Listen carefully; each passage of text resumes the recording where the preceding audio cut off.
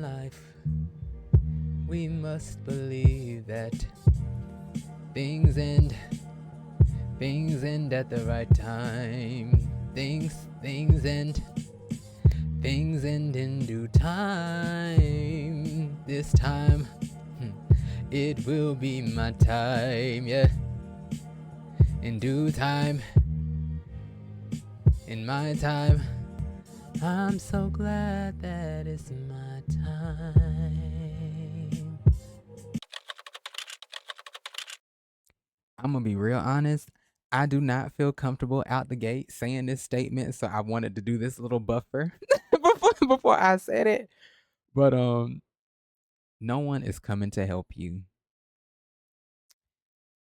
Just let that set the tone for a message and I guess a moment that I think God brought back to my mind. And you know, I'm not even upset about it.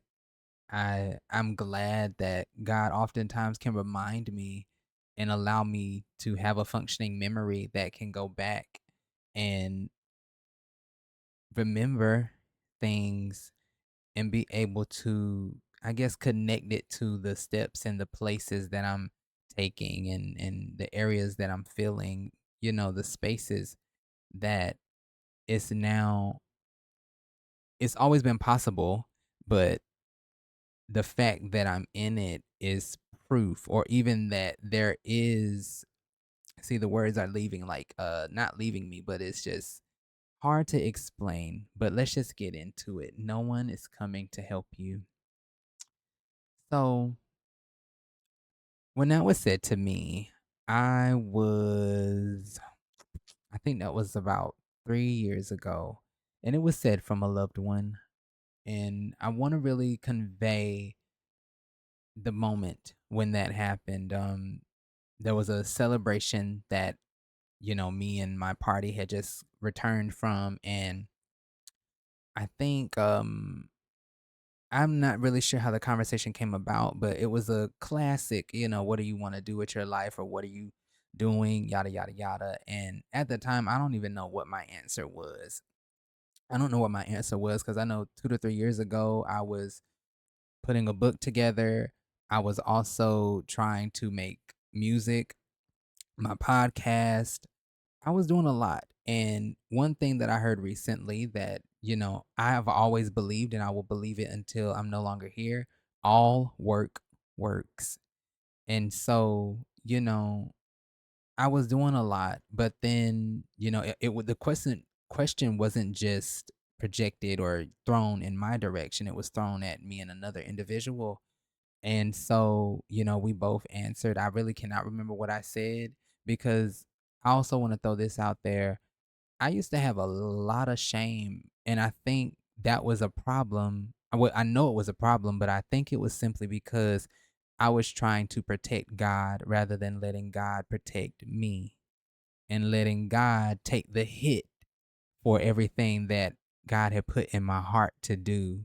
And so, I don't want to get too far from the moment, but in trying to protect God, we do a lot of things outside of the will of God rather than letting shame hit us and letting disappointment hit us and all of this other stuff, and not realizing we're trying to save ourselves instead of letting God do it. Anyway, back to the point. So, you know, I don't really know what I said, but knowing that a lot of times I felt embarrassed or I felt a level of shame, I probably danced around something or said something. I don't know.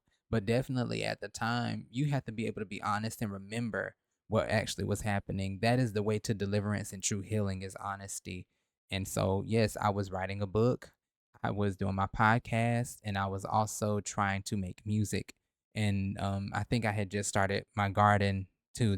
I've always been proactive, and I love that about me. But I mean, when it was said, it didn't really hit me in a negative way because it was kind of like there was a shield. Um, and I think there was a shield about me because I was honest in what I said. I believe in that moment I was honest. I can't remember verbatim, but I believe I was honest about what I was doing and my intentions and what I desired. And so, my discernment when that sentiment was put out there, no one is coming to help. I discerned that it wasn't necessarily about help. It was about no one is coming to save you, because that's what a lot of people mean. Or even if they don't say that explicitly, a lot of times we use words interchangeably or to stand in the gap for something else. And I discerned that's what that was. It wasn't about help, it was about saving. But you have to realize, and I'm gonna jump a little ahead. I've been doing it already, but one verse that God has brought me to, I think, over the last 5 years was that whoever seeks to save his life will lose it. In Matthew 6, that's Matthew 16 and 25. Now, there's nuances to a lot of these things because I'm not talking about denying responsibility and real estate in your own life. I'm talking about whenever God gives you something, or you feel commissioned or pushed by something greater than yourself, I believe Jesus Christ, God, you have to honor it and you have to pursue it, right?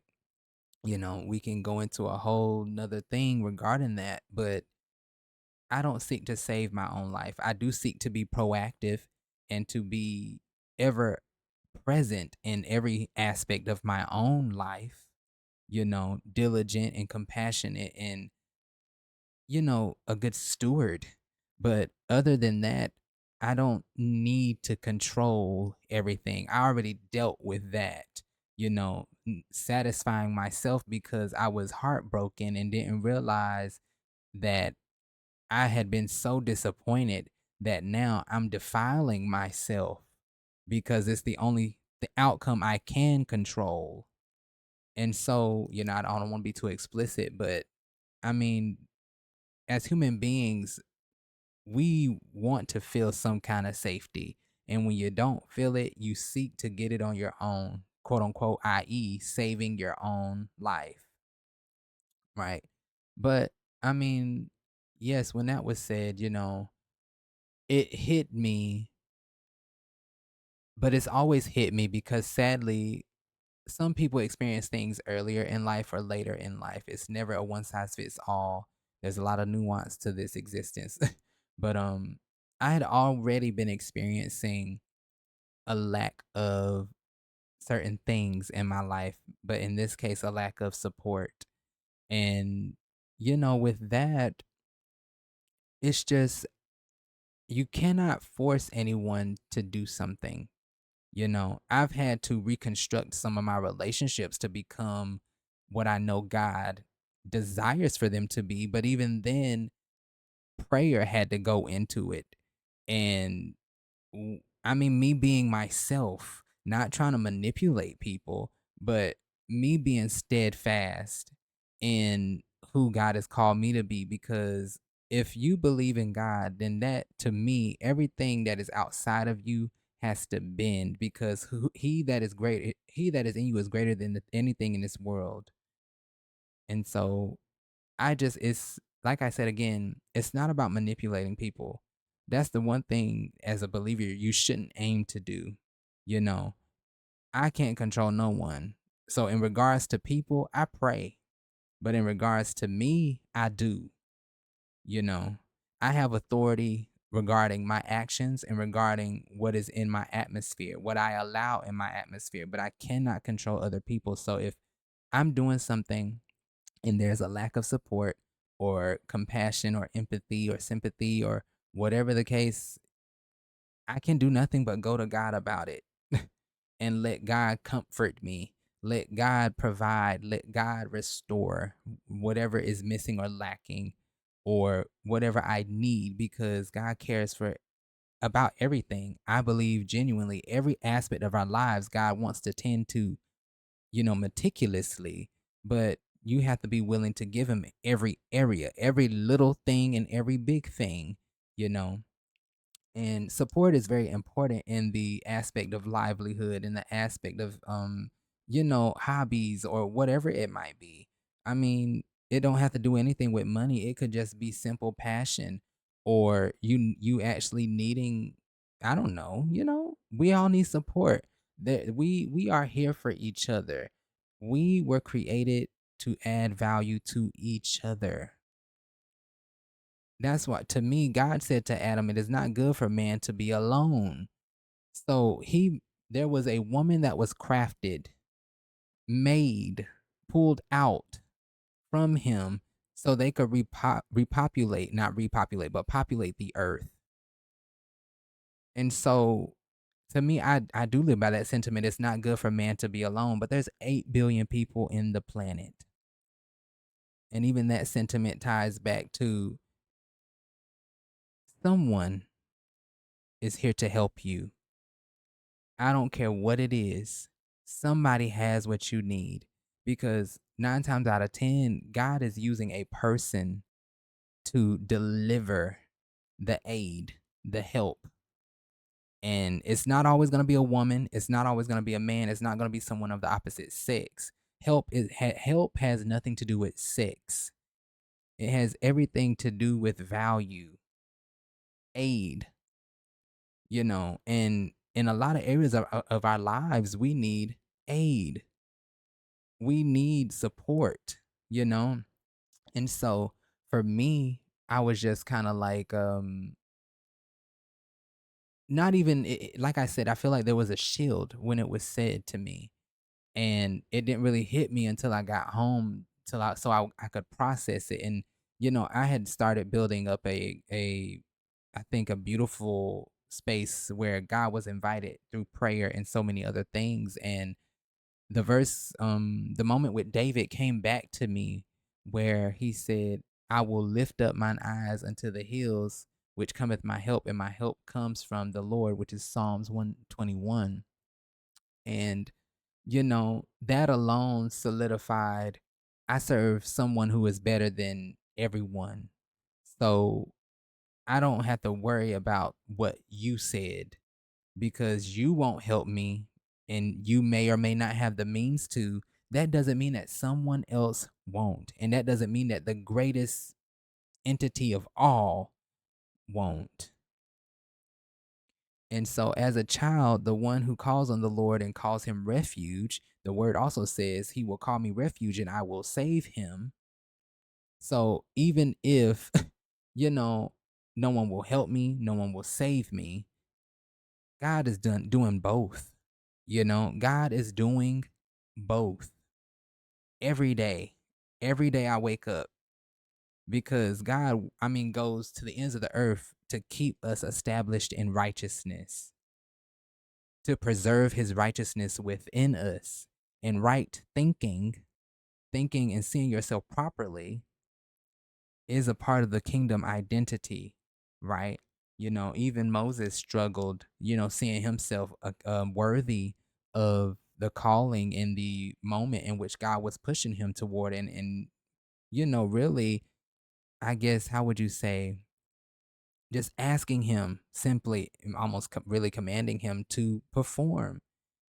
And it became about something, I don't know where it came from. I don't know who informed Moses of his stutter or his speech issue or whatever the real thing was, but that didn't phase God. And so a lot of times it's like none of our proclivities is literally phasing or moving God to the point where it's like, okay, so what does that have to do with what I asked of you or what I commissioned you to do? you know? And I know that goes into another whole aspect, of being confident and faithful and ready and able and knowing that you are capable. But, you know, realizing that God has helped me and continually helped me to stay in a place where I could see myself and I could see the version that God was, I guess, how do you say, depicting, or what God intended when God created me. And so, you know, continually reverencing God in that manner, looking toward the hills physically and literally, spiritually, emotionally, in every way possible, I didn't desire to save my life, and I say this knowing that God started at one point, God flooded me with ideas and I began praying about those ideas. And I've shared this before, but I do believe as I was leaving my prayer space and I was heading to the restroom, and before I even sat down, I felt like I heard. It wasn't just something in my spirit. It was like in my ear. I heard, not right now, because if I give it to you, then you're gonna forget what I taught you. Before a lot of this, as I mentioned earlier, God wants to preserve his righteousness within you and establish you in righteousness. You know, that began to be my prayer, that God established me in righteousness. And so knowing that God cares about my soul, my spirit, maybe not my flesh, but his creation. He created this flesh. He didn't create, well, he didn't bring me into sin, but he created this being. God cares about it so much. And I am willing to wait. I don't have to save myself. There's been some hard times, but I don't have to save myself. If and I can see why it's important that I wait, that I not have a lot of the things that I should have had, because I can see the residue, or I can see, you know, how I could fall even now. And it's like, that's crazy because you're more close to quote unquote righteousness than you were when you started. But it's like that's the bad thing, because I can see it. Well, if that makes sense, I can see my issues more clearly. And so it's like, you don't want to say this, but it's like, God, keep it from me. Like Agar said, don't let me have too much and don't let me have too little, because I don't want to sin against you on either end, because poverty creates a cycle of needing to fulfill yourself. And that's poverty in relationships, poverty in finances, poverty in intellect. It causes this system of having to save yourself.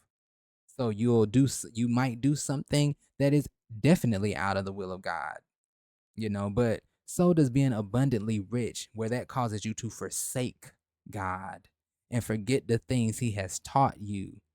So you don't want to be, and God doesn't, I believe God definitely don't want us to be on one side of the other, or the other in a, you get what I'm saying? Like, I believe God wants his people to live in joy and be comfortable. And I'm talking about comfortable in the sense of having what you need when you need it and being able to enjoy life. Now, I don't think God is against extreme wealth, but with wealth comes its own demons or its own issues, you know, just the same as poverty. It's just you got two different struggles, but it creates a way for a person to forsake God and forsake the ways.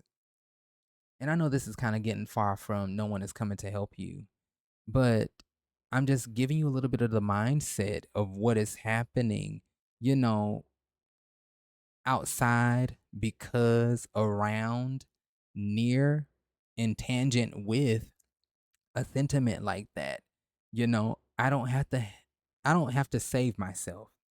And even if you're not going to help me, let's debunk the lie, because there's a lot of general statements that people make because they don't want to tell you the truth about how they feel about you, or they're not intelligent enough to be able to differentiate between their bias or their feelings and the rest of the world, right? And that's not every case. Just because someone tells us something hard does not mean that they're trying to hurt us or they're our enemy, but you have to be able to discern what is of the enemy. And this is why the Bible is important to me. The word says, David said, his help come from the Lord. And if you look all throughout scripture, even I think in Isaiah, it talks about how God will teach the children. That is another level of help, right?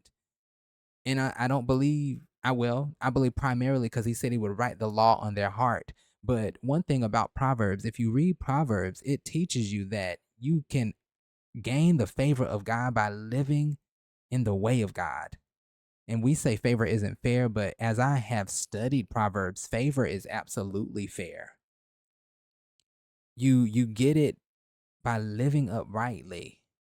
No matter, and a lot of times people will think, well, if you got favor, then you won't experience bad things. That's not true. Ecclesiastes, life and chance happens to us all. Cain killed Abel, and Job went through what he went through. Life and chance happens to us all. So it's some pills to swallow, but you know what? I live my life with God because I trust God. I trust God, which is why it's okay if no one is coming to help me or you or anyone thinks someone tells you no one is coming to help you. Put your trust in God, not in the horses and not in chariots, but in God. If you let God establish you in righteousness and build the foundation on things that stand, that can last, you don't have to worry about the storms of life that come and can knock you over and push you back into sin or push you back into, I don't know, something that is far away from God. You and hey, that might be sin. I don't know. It is what it is. I don't want to be without God and I don't want to transgress against God, you know. And so I probably haven't even really said what needs to be said here, but I will say you have to be present in your life and you have to do something. I can look back at my life and say I've done something, even if no one at the time. And really, I do need to add this. I used to speak negatively about the support that I would receive, and a lot of times in our life, whether we intend to or not, our experiences shape our expectancy or our subconscious, right? And so because and it's really even hard to say that 'cause I don't know where I adopted it from, but I began to say, and I want to say this in a way, well, God, cover my speech. I began to say, no one will support me. And so as I began doing things and began, going through life, it began to look that way. And so I met someone. Now, this was before I started, giving my life back to God. I met someone and his name, we're going to call him Sammy. And Sammy, this was a time where I again, you know, was reprogrammed by experiences. And so whether I wanted to or not, I believed that people were going to leave me. They weren't going to be around long. I believed that they were going to leave. And even now think about three people in my life who left, and not all of them, yeah, I could have done anything about. One of them I could have did something about. Well, I mean, yes and no. The truth had to come out. So it just is what it is. Another person, that was a childhood, well, all of them were childhood things, which is why it kind of probably lingered with me. But childhood friend and her parents moved, so she had to move. And so you can't control that one. But then also another one was my family, the family house, the whatever, you know how I'm saying. Mother and father splitting up. And so that's three moments, whether or not any of them were my fault, which one of them I do believe, it wasn't it was like 50-50 my fault, but like I said, the truth had to come out, and that's okay. So when moments like that happen, it just is what it is. It is what it is. Let God separate and do all of that. But that, I believe, I guess, kind of stuck with me.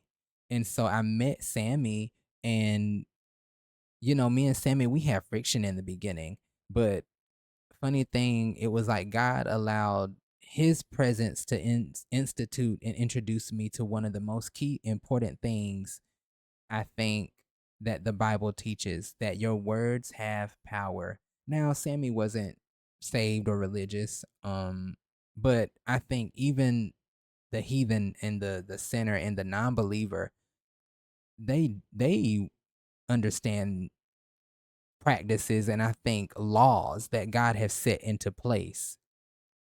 They under people every I think most people understand it. It's just whether or not you can have the knowledge and not the application, which is the problem, you know.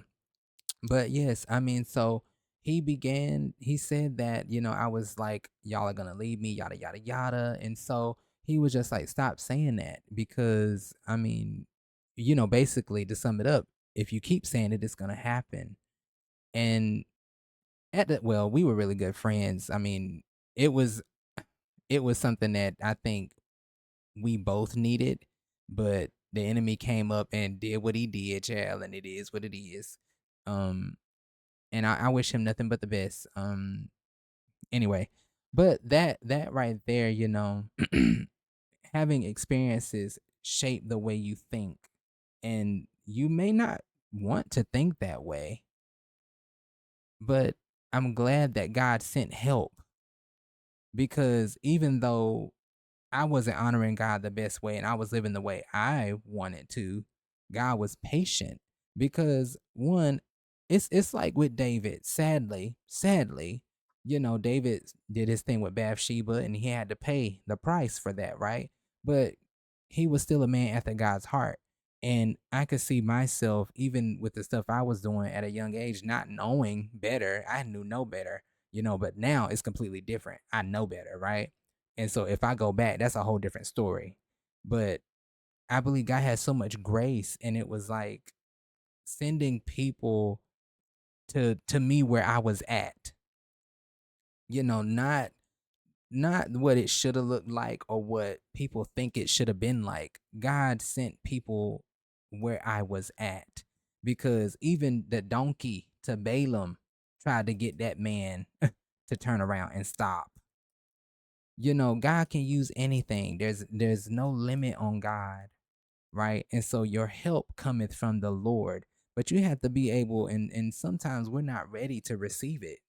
But I'm grateful every time that I'm able to receive it, that I'm not so blinded by my own desires and my own foolishness, which is why I want to accredit to, praying younger, not realizing, let me say, trying to manipulate God, but in the end, it works out for my fate, my good, praying and asking God for wisdom like Solomon did, because wisdom to me knows how to hear the voice of God, knows how to receive the voice of God, and I can go down that road and that's a whole nother thing in itself. But I do believe God has given me a lot of what I prayed for and also has shown me grace and mercy in some of the things I prayed for.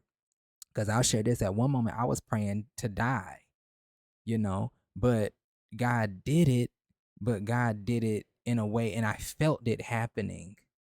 I felt the old man leaving. Literally, I said to someone who I was going to church with, I feel like I'm dying. And I mean, I remember that moment. We were at a Friday night service, and I can't remember who's preached that night, but no, I remember that. I think it was okay, it's coming back to me. But I felt that way. And so I could see the very things that I was asking for, God gave it to me, but in a way that would serve life and not death, if that makes sense. And so, I'm just grateful for the mercies of God and God actually caring about me enough to help me, realizing and seeing what I didn't see because I did not realize that my heart was broken and that I needed to be helped. I did not realize a lot of this stuff that was transpiring that was causing me to want to heal myself, relieve myself, save myself. I didn't realize that. And so, I hope that in this, you have gotten a few things. First and foremost, that don't put your trust in man. God is a present help. And that does not mean that you do not have to take accountability and you cannot sit back and be lazy, if that makes sense. I know I probably contradicted myself with one of them words. Anyway, be proactive in your life. It's the same way when you get saved. Once saved, you are not always saved.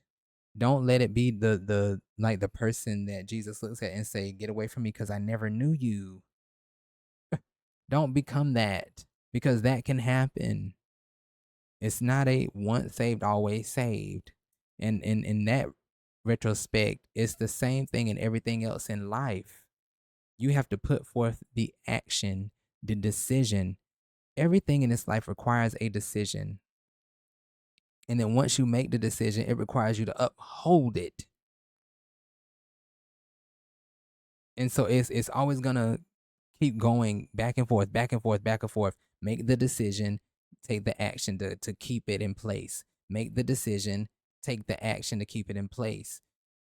Like, you can't go and you can't do anything without making a decision. Even no decision is a decision. Like, I want to give you this analogy and then I think I'll wrap it up. I neglected my garden, some plants a little while. That was a decision. Granted, I can come up with excuses. I had some valid excuses, but others I was just being lazy. That's real reality, honesty, right? But the decision led to an outcome that's irreversible.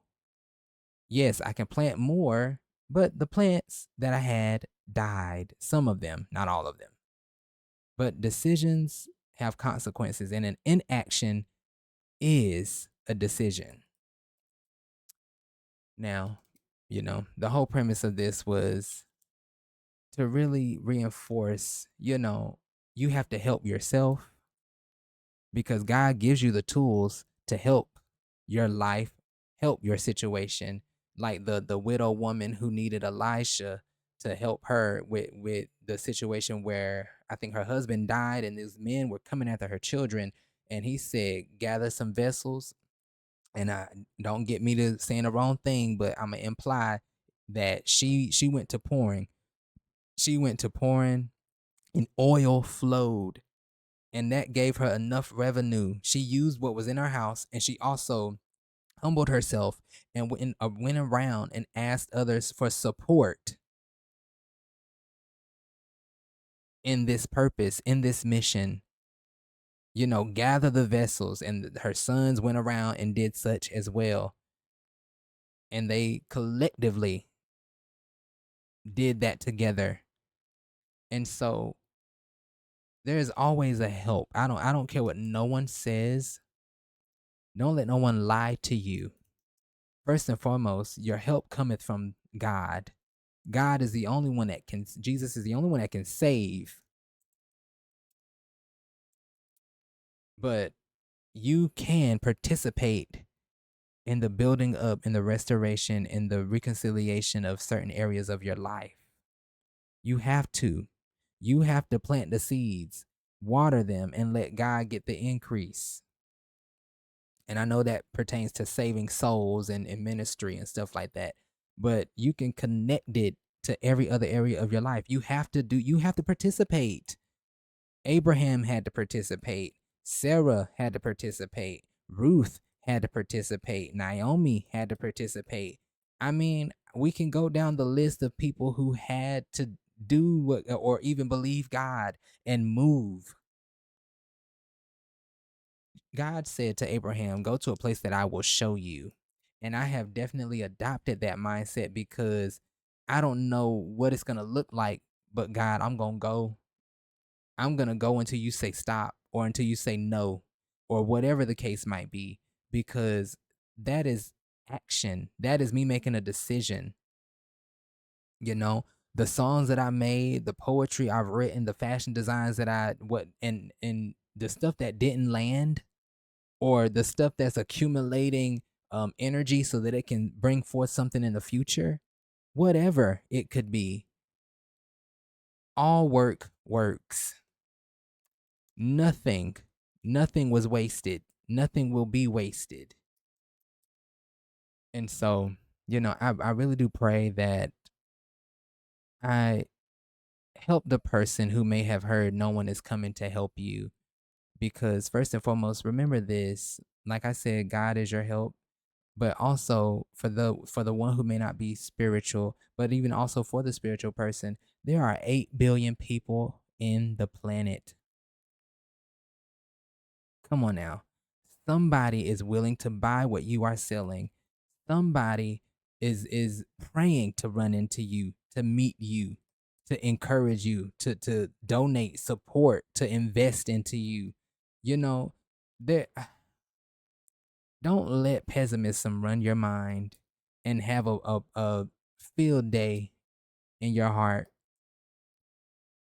And so, with that, I pray again that everything that was needed to be said was said and that it wasn't too messy. I know I oftentimes jump from here to there and everywhere, but it's the way God has given me, and how I decide to deliver it because the gift is subject to the prophet. The I think that's how you say it. But the sentiment behind that is the one who God gave the gift to, they are the ones who are supposed to steward it and choose and decide when they operate with it, right? And so, when, how, where, unless God gives them explicit instructions, the gift of the prophet is subject to the prophet. No one can make you, or you don't listen to the world and the systems and them trying to build you into this machine. You're individualistic for a reason. Your identity comes before your individuality. Your identity should be in Christ, but your individuality should be what God intended to represent Him, a facet of Him in the land of the living. And so don't forsake the way God gave it to you to do because it's powerful and it's necessary and it matters. It matters. It's a part of your story and it's a part of God's glory. Don't deny God glory because you want to follow someone else's blueprint and someone else's rubric and pattern and likeness. Anyway, help exists. 8 billion people, 8 billion people. And everybody may not be able and capable, but you don't need everybody. You don't need everybody. Honestly, if you get you a good 10 smooth, solid people, and probably even less than that, and I'm not talking about friends, I'm talking about support. If you can, and whatever God has allotted you, steward it well. If you can get that, take care of it and be proud, be happy, do a good job. Anyway, let me stop rambling. Remember to stay positive, keep that with you, spread it wherever you go. The help is there. The steps that you take today, they will lead you to where you're going tomorrow. And if you keep going, you're going to stumble upon some help. So, later. Have a good one. Love you.